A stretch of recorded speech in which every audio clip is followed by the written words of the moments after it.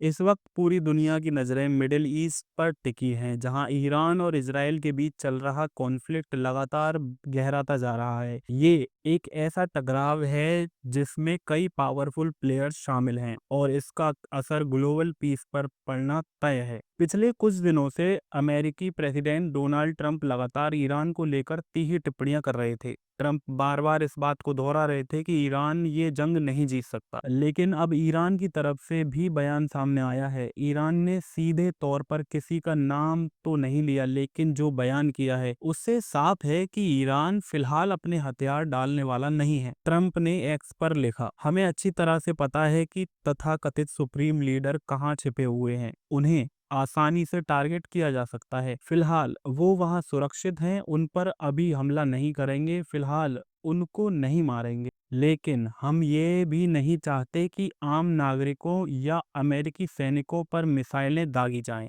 हमारा सब्र अब खत्म होता जा रहा है। यहाँ ट्रंप ने सो कॉल्ड सुप्रीम लीडर कहकर ईरान के सर्वोच्च नेता आयतुल्ला अली खामेनेई को एड्रेस किया था।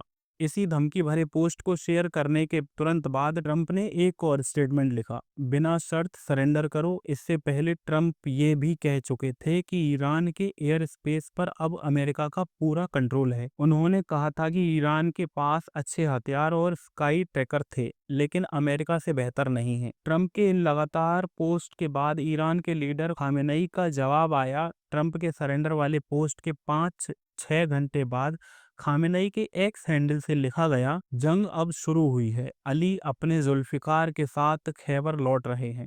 इस बयान में हिस्टोरिकल और रिलीजियस रेफरेंस का यूज किया गया, जो ईरान के मजबूत इरादों को दर्शाता है। इसके बाद एक और पोस्ट में लिखा गया, हमें आतंकवादी जायोनी शासन को कड़ा जवाब देना चाहिए। हम जायोनीवादियों पर कोई दया नहीं दिखाएंगे। यानी कि इजराइल को ईरान का मैसेज क्लियर है कि ईरान फिलहाल सीज फायर के मूड में नहीं है। इससे पहले भी ईरानी अधिकारी स्पष्ट कर चुके हैं कि जब तक उनका बदला पूरा नहीं हो जाता, वे युद्ध विराम पर डिस्कस नहीं करेंगे।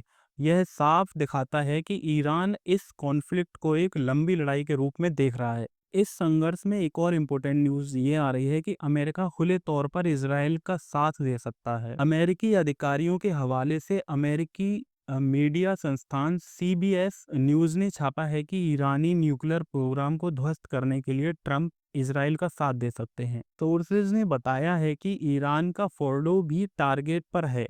फोर्डो को ईरान के एटॉमिक प्रोग्राम के लिए बेहद इम्पोर्टेंट माना जाता है, क्योंकि यह एक अंडरग्राउंड फैसिलिटी है जो अटैक्स से बची रहने की कैपेसिटी रखती है। आपको बताते चलें कि G7 देशों ने भी साफ कर दिया है कि वो इस कॉन्फ्लिक्ट में किसके साथ हैं। 17 जून को G7 लीडर्स ने एक स्टेटमेंट जारी किया, जिसमें कहा गया था, हम G7 के नेता मिडिल ईस्ट में पीस के लिए अपनी कमिटमेंट को दोहराते हैं, कंफर्म करते हैं कि इजराइल को अपनी रक्षा करने का पूरा अधिकार है। ईरान रीजनल इंस्टेबिलिटी और टेररिज्म का प्रमुख स्रोत है।